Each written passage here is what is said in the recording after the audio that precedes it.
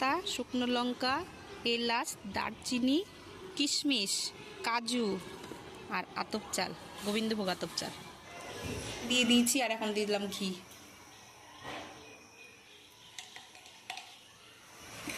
এবারে কাজু বাদাম দিয়ে দিচ্ছি।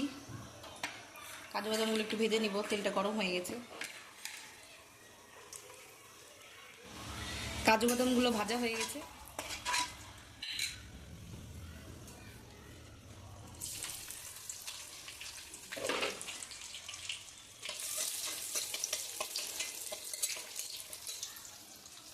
কিশমিশটাও ভাজা ভাজা হয়ে গেছে, উঠিয়ে নিচ্ছি। গরম তেলে আমি দিয়ে দিচ্ছি ফোড়ন, তেজপাতা, শুকনো লঙ্কা, এলাচ, দারচিনি।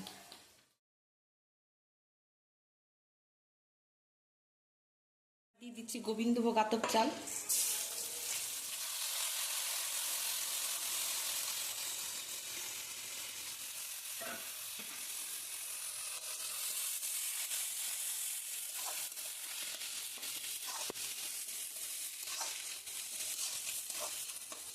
দিয়ে দিচ্ছি হলুদ।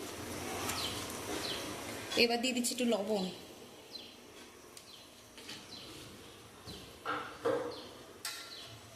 ভালো করে আমি নেড়ে নিচ্ছি এটাকে, যাতে লেগে না যায়। ভালো করে ভাজা ভাজা হয়ে গেলেই তারপর আমি জলটা দিব, গরম জল। গরম জলটা ফুটিয়ে রাখবো আগে থেকে।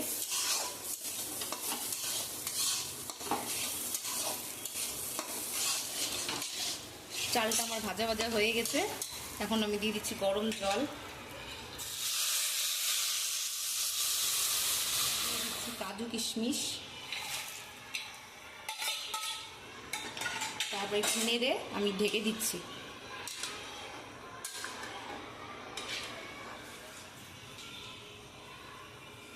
পোলাওটা প্রায় হয়ে গেছে, ওই জন্য আমি এখন চিনি দিয়ে দিচ্ছি। এখন চিনি আর ঘি।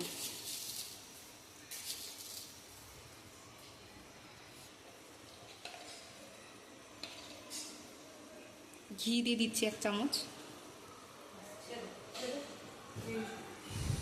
এবার ঢাকাটা খুলে দিচ্ছি। আমার পোলাও রেডি।